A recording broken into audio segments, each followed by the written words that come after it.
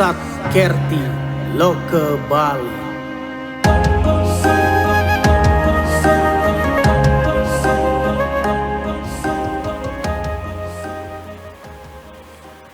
Om Swastiastu. Assalamualaikum warahmatullahi wabarakatuh. Salam sejahtera untuk kita semua. Salam kebajikan dan salam sehat, salam bahagia, rahayu. Yang saya banggakan, Gubernur Bali, sahabat saya, Dr. Wayan Koster. Beliau itu sekolahnya matematika. Mestinya jadi kepala BPS.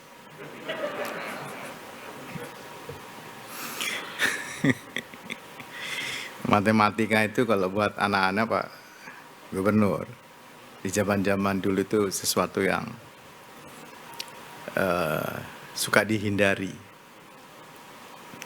Tapi kehadiran Putra Bali di ITB dan di jurusan matematika pula, itu memang menunjukkan manusia Bali itu manusia unggul.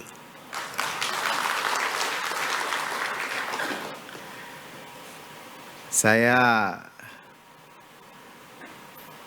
sungguh senang sekali di sini, apalagi hadir di tengah para tokoh Bali. Tadi beliau sudah pamit duluan. Dan Bupati, Wali Kota, Kepala Daerah di seluruh Bali. Dan juga ada tenaga ahli Bali yang di Bappenas. Ya, beliau sekarang sekretaris Sestama, Sekjen gitu. Ibu Winnie yang ditugasi oleh Bappenas bertanggung jawab untuk menyusun kembali atau memberikan satu gebrakan baru untuk Bali yang disebut dengan transformasi ekonomi di Bali. Dan saya kira sampai hari ini kalau skalanya provinsi, maka Bali satu-satunya yang disupervisi langsung oleh Bappenas dalam rangka transformasi ekonomi. Karena itu, saya mengapresiasi kepada Pak Wayan Koster, Gubernur Bali, yang luar biasa telah menuliskan ekonomi Kerti Bali yang didasarkan pada kekayaan yang luar biasa yang dimiliki oleh Bali, bukan hanya soal kearifan lokal, local wisdom, tetapi saya kira nilai-nilai values yang juga tadi telah disampaikan. Tadi beliau mengatakan sesuatu itu memang harus dimulai dengan membersihkan jiwa, membersihkan samudra, membersihkan sumber-sumber air, membersihkan vegetasi, tanaman, dan manusia itu sendiri. Dan akhirnya adalah jagat kerti. Memang itu penting sekali di dalam teori lingkungan hidup. Saya sering berulang kali menyampaikan ini. Ada yang dikenal dengan carrying capacity. Itu kalau di ITB, di TPB, tingkat pertama bersama, buku teksnya Ilmu Lingkungan, yang menulis Dr. Surya Atmaja, yang biasa kita panggil Pak Aat, maka ada bab tentang pengenalan habitat, dan di situ ada yang menantang apa yang disebut dengan carrying capacity. Jadi sebuah habitat alam jagat raya itu punya batas, tetapi batas itu pun manusia ditantang, baik untuk mengatasinya dengan kemampuan kecerdasannya yang disebut dengan man-made features, sebuah judul buku yang menjadi textbook di tingkat TPB, konsep teknologi. Karena man-made features itu adalah menjadi pengejawantahan atas seorang anak manusia terhadap alam jagat raya ini yang creator made features. Artinya Tuhan yang menciptakan jagat kerti ini dengan segala isinya. Jadi saya suka mengatakan kalau kita ingin membersihkan, maka yang sumber dari segala sumber itu adalah hati. Maka tadi kita mulai dengan berdoa, dan penasehat Pak Gubernur untuk menyusun ini adalah penjaga hati di Bali. Kita memang harus mulai menyentuh hati kita dulu, baru kita mampu mematahkan logika kita. Jadi apa yang disampaikan oleh Pak Gubernur adalah sama halnya dengan yang kami ikuti, dan saya kira dengan cara-cara seperti itu kita bisa segera mengatasi keadaan.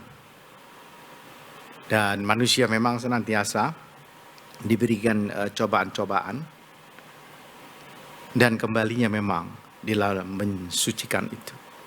Dan kuncinya adalah hati. Seringkali orang terbalik, logika dulu yang dipatahkan, kemudian hatinya yang disentuh. Maka penyucian dan pembersihan itu tidak terjadi, dan akhirnya kita tidak bisa menjaga jagat raya. Buku Ekonomi Kerti Bali yang tadi disampaikan oleh Pak Gubernur itu menunjukkan bagaimana mengatasi dalam hal ini pandemi yang dicoba disimpulkan, dipetik sebagai sebuah pelajaran dan kemudian dikembalikan lagi. Jadi semacam di-reset Bali ini, tetapi untuk kemudian bisa muncul Bali yang legendaris, the legend of the world, yang kita persembahkan kepada dunia.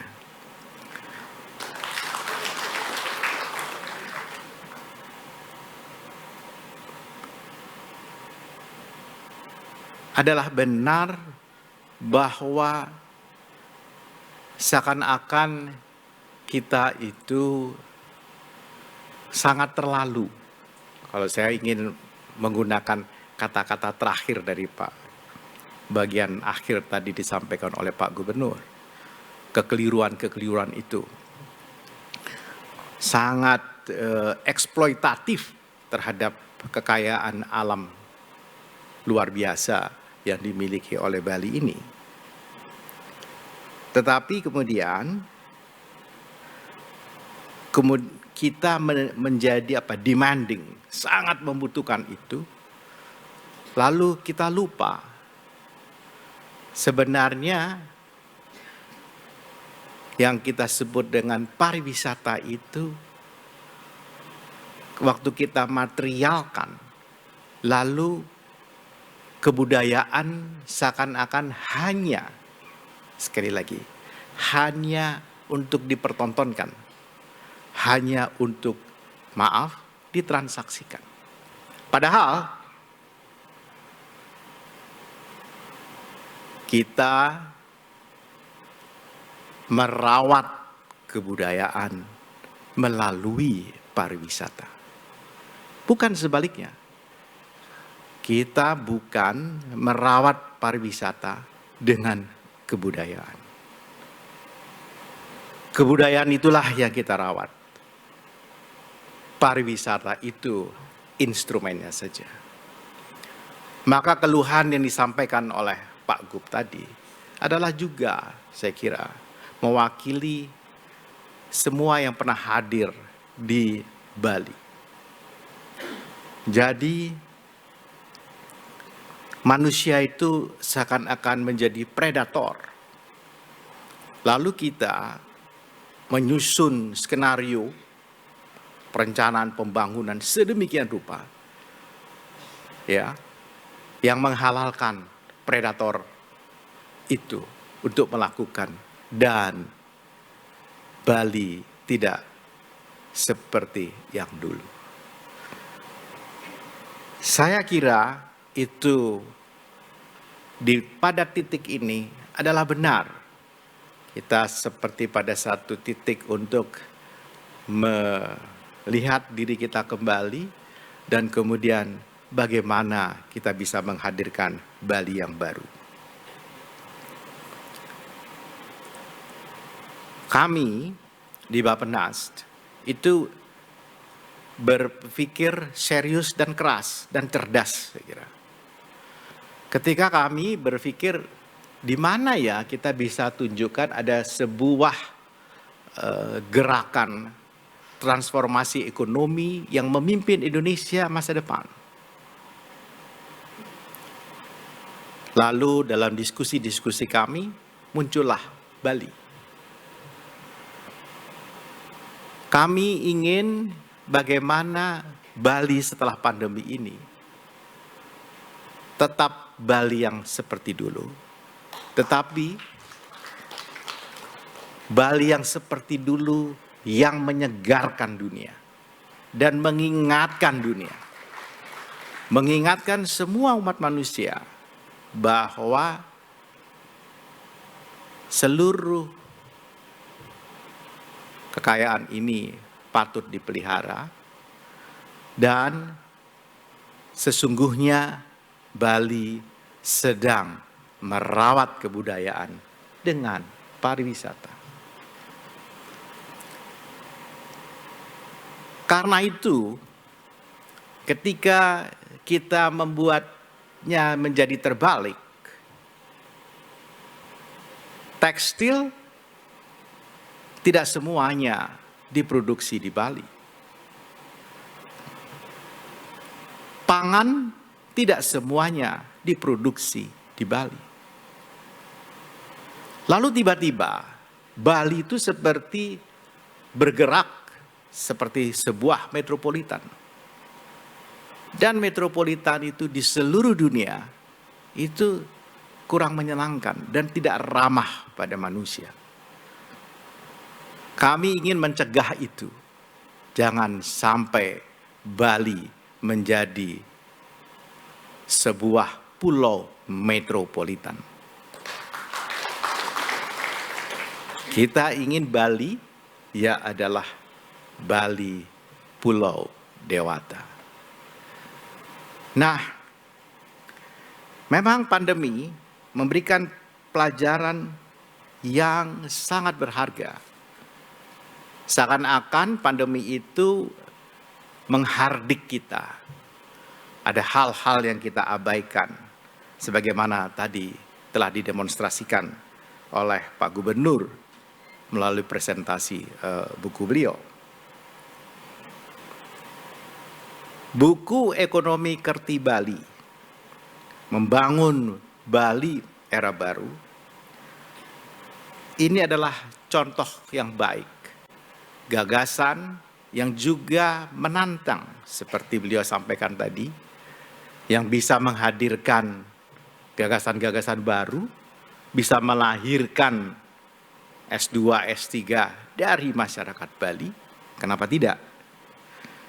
Di mana ditunjukkan bagaimana sesungguhnya kita merespon keadaan yang membuat perubahan begitu luar biasa, disrupsi yang luar biasa terhadap Bali, dan kita kemudian bisa kembali lagi menjadi pemenang di negeri sendiri.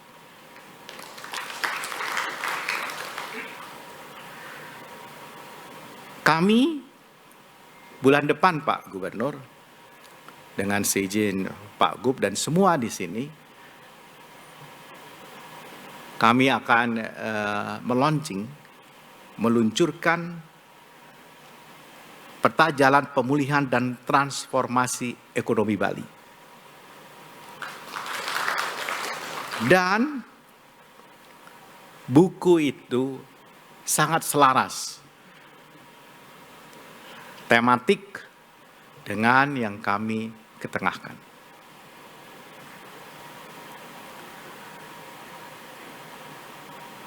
Peta jalan transformasi ekonomi Bali juga mencanangkan 6 strategi. 6 strategi kunci untuk mendorong transformasi ekonomi Bali. Bali sehat dan pintar, Bali yang produktif, Bali Smart Island, Green Island of Bali, Bali yang hijau, Bali yang terintegrasi, dan Bali yang kondusif untuk siapapun yang hadir di Pulau Bali.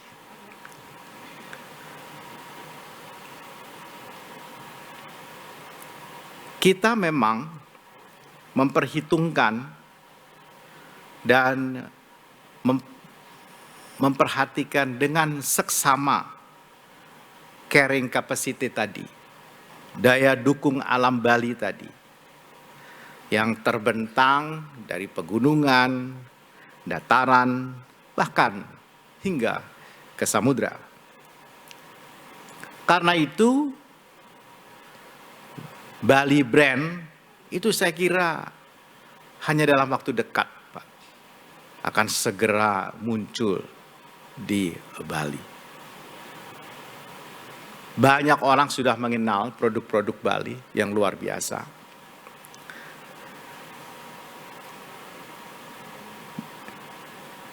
Satu contoh dalam hal kami akan dalam hal kewilayahan untuk mendesain ulang adalah yang berulang kali kami diskusikan dengan Bapak Wakil Gubernur dalam rangka mendorong quality tourism di Bali adalah ulapan.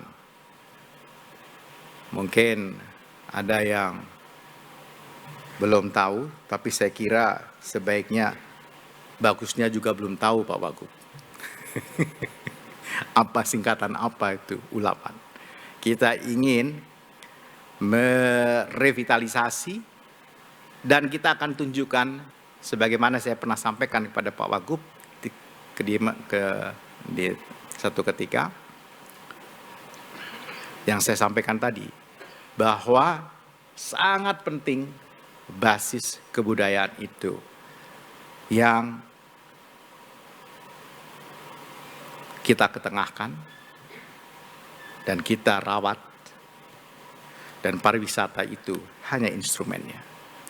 Supaya pariwisata itu tidak menjadi pemain tunggal. Dan pariwisata itu sebenarnya hanya marketplace. Sekali lagi, pariwisata itu sebenarnya hanya marketplace buat Bali. Maka seharusnya seluruh backward linkage-nya, keterkaitan ke belakangnya, dan forward linkage, keterkaitan ke depannya, itu dimanfaatkan seluas-luasnya dengan mendorong tingkat produktivitas yang tinggi di semua sektor di Bali. Kami di Bappenas itu sedang senang-senangnya dengan apa itu namanya, saya lagi mau buka. Karena kami mendapatkan kuliah dari Profesor Ricardo Hausmann, ya Bu Winnie ya. Ricardo Hausmann itu dari Center for International Development di Harvard, di Kennedy School, dan kita ingin mengadopsi strategi yang beliau coba sampaikan. Misalnya kita kira-kira Bali itu sama dengan negara mana hari ini dalam hal PDRB per kapita versus PDB per kapita. Kalau kita lihat itu mungkin member dengan Thailand ya Bu Winnie ya. Nah sekarang kita tidak ingin menjadi Thailand, tapi kita ingin menjadi Prancis. Atau kita ingin menjadi tentu yang jauh lebih besar dari Thailand dalam hal PDRB per kapita.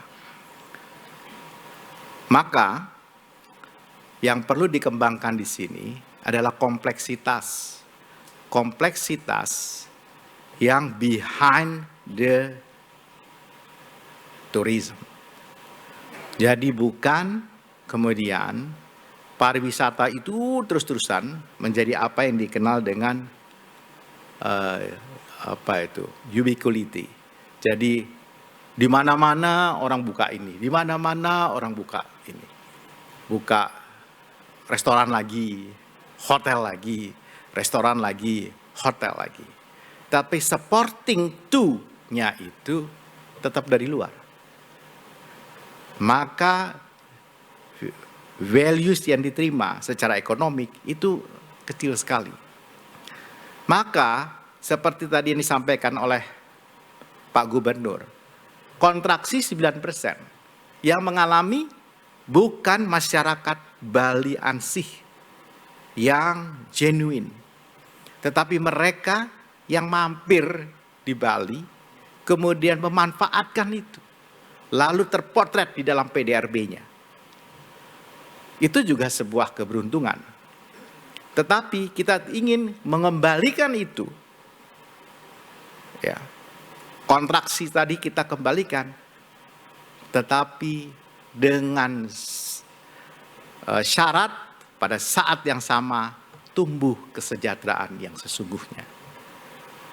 Jadi bukan mereka mampir gitu bahwa ini wah itu, karena iseng-iseng di hotel-hotel yang saya suka tinggal, kalau saya tanya itu sebagian besar itu saya bicara dengan GM-nya, bahkan pernah di satu hotel saya datang dan ketemu dengan Pak Gubernur menegur orang di hotel itu.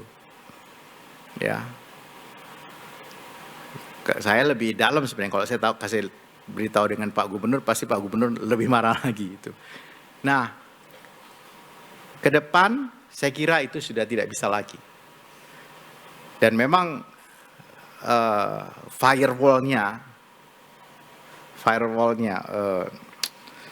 yang harus kita bikin keras gitu supaya mereka lalui adalah sejatinya aturan-aturan yang keras dan ketat yang mendisiplinkan. Saya gembira sekali turut dalam keputusan yang sampai saya harus meyakinkan Presiden terkait dengan Suwung. Karena saya berhadapan juga dengan seorang menteri senior. Dan itu hari-hari menjelang Pak Gub sudah mau membuka tender. Ya Pak Gub. Dan bersyukur itu kita hentikan. Ketika pertama kali saya datang ke situ, saya lihat Suwung ini apa sih manfaatnya buat Bali? Sampah kayak gimana? Gitu. Seperti apa dia menyelesaikan sampah? Apa benefit yang didapat oleh masyarakat? Apalagi kemudian saya lihat dari cost structure-nya itu justru membebani ya APBN, ya APBD, ya masyarakat. Nah kalau ada bisnis seperti itu, saya kira semua orang juga mau. Oh bukan begitu dong Pak Arso, ini kan demi menyelesaikan sampah. Apakah tidak ada cara lain menyelesaikan sampah dengan baik? Sampah memang harus diselesaikan di tingkat hulu. Dan saya apresiasi sekali. Dan kalau saya ke berbagai daerah, saya bilang, kalau mau mengatasi sampah, contohlah Bali. Mulai dari pelarangan plastik dan menyelesaikan sampah tanpa mengotori desa orang lain. Itu luar biasa. Dan Pak Gubernur, saya juga inkognito Pak Gubernur. Datang ke sebuah desa, meskipun akhirnya dibuat gitu, tapi sebenarnya saya ingin tahu langsung. Saya datang ke desa itu, apa benar? Saya tanya ke masyarakat, apa benar lakukan? Ya, memang itu. Jadi supaya saya tidak hanya melihat fata morgana itu, didemonstrasikan sesuatu, tetapi sesungguhnya tidak demikian. Ini patut mendapatkan tepuk tangan. Tepuk tangan untuk rakyat Bali. Sampah itu memang harus selesai di rumahnya sendiri, bahkan di piringnya sendiri. Nah, yang kedua juga yang kami pikirkan di sini, dan sudah saya sampaikan ke Pak Gubernur, kami juga sudah disetujui oleh Presiden untuk menjadi contoh, dan juga saya sudah laporkan kepada Presiden bahwa banyak negara yang ingin ikut berpartisipasi di dalam pemulihan Bali yang green Bali, ya, green ekonomi, ekonomi sirkular, dan blue energy. Salah satunya adalah negara tetangga kita yang terdekat. Ya Bu Winnie ya. Mereka ingin ikut serta dari Kementerian SDGs dan Lingkungan Hidup ya. Mereka begitu kami sampaikan bahwa kami ingin kalau kita nanti mau buka tourist bubble area di sini, itu banyak persyaratan-persyaratan yang semuanya itu respect kepada lingkungan dan respect kepada kesehatan dan tentu demi keberkahan. Nah, kami sedang merancang bagaimana secara bertahap di Bali ini orang juga mengejar Milky Way. Tahu kan Milky Way? Itu bintang di langit, barisan bintang di langit yang seperti kereta-kereta penarik dengan kuda ya, yang terkenal di seluruh dunia. Di Indonesia kita bisa lihat itu kemarin, saya baru tahu di Dieng pada bulan Agustus, di Sumba pada bulan bulan Agustus atau September. Menurut saya, kalau nanti langit Bali ini bersih, ya sekali lagi, kalau kita tidak lagi memproduksi karbon dioksida di Bali, saya kira it's a matter of time. Itu orang bukan hanya mengejar samudranya Bali, tapi juga akan menyaksikan keindahan bintang gemintang di Bali. Itu tinggal sedikit lagi.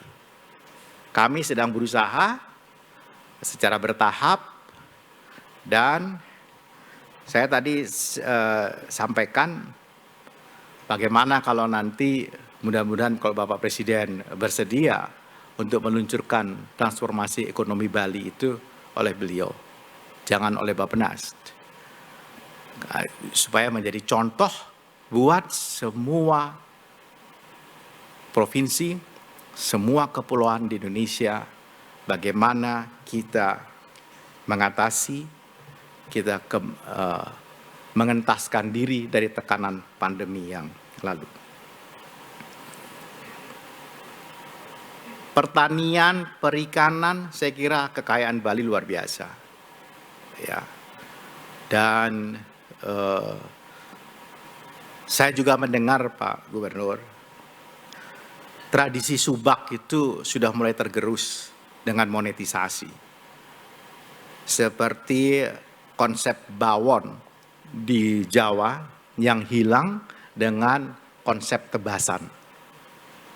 Kalau bawon itu, kalau terjadi ada situasi panen, semua rumah tangga di sekitar areal sawah itu membantu.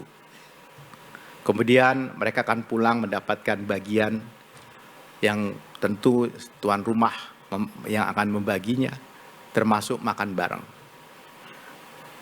Ketika dikenalkan monetisasi uang, yang datang orang mengijon, nah kenapa disebut tebasan? Pakai bahasa Jawa, tak tebasi. Saya tebas saja, saya yang kerjakan. Secara dari waktu ke waktu akhirnya hilang. Maka saya khawatir juga dengan subak.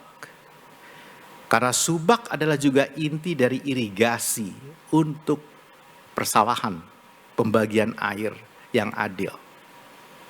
Untuk memastikan ya, pengairan. Irigasi teknis itu hanyalah infrastruktur. Tetapi ada software di sana yang perlu ada. Dan sesungguhnya Bali sudah punya, yaitu subak. Nah, saya ingin itu juga bisa dikembangkan lagi saya tidak tahu kalau generasi yang Bali sekarang, yang generasi muda Pak Gubernur. Memang jangan sampai kebudayaan di Bali itu terdisrupsi. Maka saya senang sekali ini apa yang diingatkan oleh Pak Gubernur. Kita akan dorong sampai di tingkat hilirisasi dan pengembangan yang juga berimbang. Kita bisa lihat misalnya apakah di Bali Utara itu nanti khusus untuk menghasilkan daging atau menghasilkan sawah, padi, karena sekarang kan surplus 100.000 ton di Bali. Nah, dan segala sesuatunya. Tentu kita akan tidak pada waktunya ini saya sampaikan secara detail. Kemudian quality tourism itu yang harus didorong. Mass tourism itu mungkin sifatnya individual, dia itu ingin istilahnya itu sekarang sudah muncul juga namanya adventure. Jadi extreme adventure. Dan jalannya biasanya cuma 2-3 orang, apalagi dengan situasi sekarang. Itu juga sangat amat dimungkinkan di Bali. Quality tourism, itu yang saya maksud adalah orang-orang yang datang, itu benar-benar kalau terjadi nanti disrupsi, kemudian seperti kayak pandemi ini, kalau turun ekonominya, yang terhantam juga adalah produktivitas di Bali. Bukan mereka yang pendatang itu. Karena ini quality tourism itu akan kita dorong, termasuk medical tourism. Bersama BUMN kita sedang merancang sebuah kawasan ekonomi khusus untuk pelayanan medis kesehatan. Ya Bu Winnie ya. Itu kalau jadi insya Allah ada sebuah klinik yang sangat terkenal di dunia di Salt Lake City di Utah, namanya Mayo Clinic.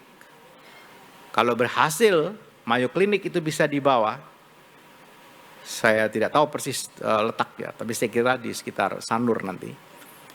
Kalau dibuat di sana kerjasama dengan BUMN, saya kira itu juga dahsyat implikasinya untuk Bali. Jadi kita akan menghemat devisa orang-orang Jakarta seperti Pak Ses itu, batuk sedikit dulu itu larinya ke Singapura. Sekarang pasti kalau beliau agak gemeter badannya terbang ke Bali. Begitu Pak Ses. Jadi kita akan dorong juga investasi seperti itu ya. Dan Bali baru yang hijau, tangguh dan sejahtera, Bapak Gubernur, itu adalah keinginan kita semua.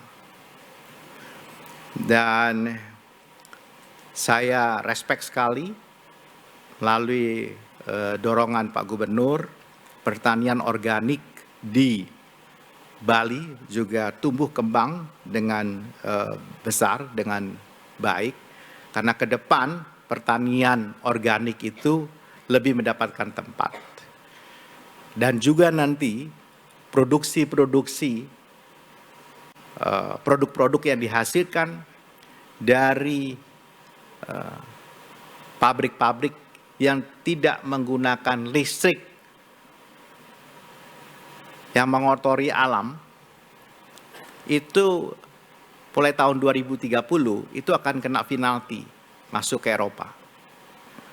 Jadi itu penting sekali kita bisa dorong Bali yang bersih. Saya kira itu yang ingin saya sampaikan dalam kesempatan yang baik ini. Bali Kerti sangat sinkron sekali dengan transformasi ekonomi Indonesia. Dan tentu khususnya untuk ekonomi Bali.